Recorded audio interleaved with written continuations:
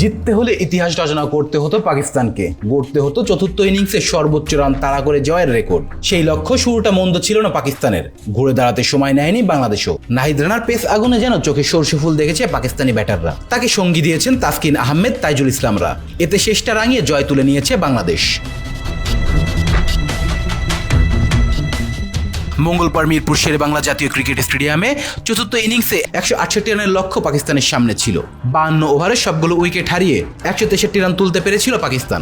বাংলাদেশ জয় পেয়েছে 104 রানের। এর আগে নিজেদের প্রথম ইনিংসে 413 রান করেছিল বাংলাদেশ। পাকিস্তান প্রথম ইনিংসে থেমেছিল 384 রানে। 27 রানের লিড নিয়ে খেলতে নেমে দ্বিতীয় ইনিংসে 9 উইকেটে 240 রানের ইনিংস ঘোষণা করে বাংলাদেশ। মিরপুরে এর আগে সর্বোচ্চ 209 রান তাড়া করে জয়ের রেকর্ড ছিল ইংল্যান্ডের। 2010 সালে জিতেছিল তারা। মঙ্গলবার জিততে হলে সেই রেকর্ডটি ভাঙতে হতো পাকিস্তানকে। সেটি পারেনি মোহাম্মদ রেজওয়ান ও শান মাসুদরা। 2 ম্যাচ টেস্ট সিরিজে প্রথমটিতে জিতে 1-0 ব্যবধানে এগিয়ে গেল বাংলাদেশ।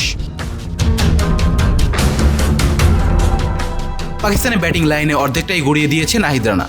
টেস্ট ক্যারিয়ার দ্বিতীয় 5 তুলে নিয়েছেন তিনি। একই সঙ্গে টেস্ট ক্যারিয়ারের সেরা বোলিং ফিগারও গড়েছেন নাহিদ। এর আগে 61 রানে 5 উইকেট শিকার করেছিলেন তিনি। এদিন তিনি খরচ করলেন 40 রান। পঞ্চম দিনের মধ্যাহ্ন বিরতির আগেই লক্ষ্য তাড়া করতে নামে পাকিস্তান। প্রথম ওভারে পাকিস্তানের শিবিরে আঘাত আনেন তাসকিন আহমেদ। ফেরান ওপেনার ইমামুল হককে। 5 বলে 2 রান আসে ওই ওপেনারের ব্যাট থেকে। বিরতি থেকে ফিরে দ্বিতীয় উইকেটে অর্ধশতকের রানের জুটি গড়ের বাংলাদেশের ওপর চাপ বাড়াচ্ছিলেন আজান ওরাইসি আর আব্দুল্লাহ ফাজাল। আজানকে ফিরিয়ে 54 রানের এই জুটি ভাঙেন মেহেদী হাসান মিরাজ। আগের ইনিংসে সেঞ্চুরি করা এই ব্যাটার ফেরেন 33 বলে মাত্র 15 রান করে।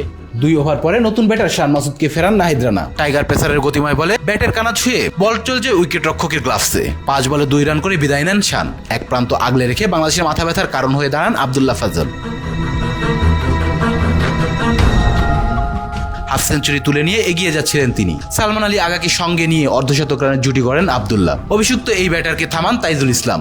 এলবিডব্লিউ হয়ে ফেরার আগে 113 বলে 66 রান করেন আব্দুল্লাহ। মোহাম্মদ রেজওয়ান আর শোদ শাকিল ষষ্ঠ উইকেট জুটিতে প্রতিরোধ করে ড্রয়ের আভাস দিচ্ছিলেন। তবে জয়ের ক্ষুধা ছিল বাংলাদেশের। পরপর 2 ওভারে 2 ব্যাটারকে ফেরান নাহিদ। 44তম ওভারের প্রথম বলে পরাস্ত হয়ে উইকেটের পেছনের লিটন দাসের হাতে ক্যাচ দেন শোদ শাকিল। পরের ওভারে এসে রেজওয়ানকে তো বোকাই বানিয়ে ফেলেন নাহিদ রানা। টাইগারের পেসারে ভেতরে ঢোকা বল ছেড়ে দিয়েছিলেন রেজওয়ান। ভেবেছিলেন লেগ সাইড দিয়ে বের হয়ে যাবে, কিন্তু বল গিয়ে স্ট্যাম্প ভেঙে দেয়। 44 বলে 15 রান করে শেষ হয় রেজওয়ানের লড়াই। রেজওয়ানের সঙ্গে শেষ হয় পাকিস্তানের প্রতিরোধও। পরের 3 ব্যাটারকে ফেরাতে বাংলাদেশের লেগেছে আর 5 over. Please subscribe our channel to get more information about Sports World.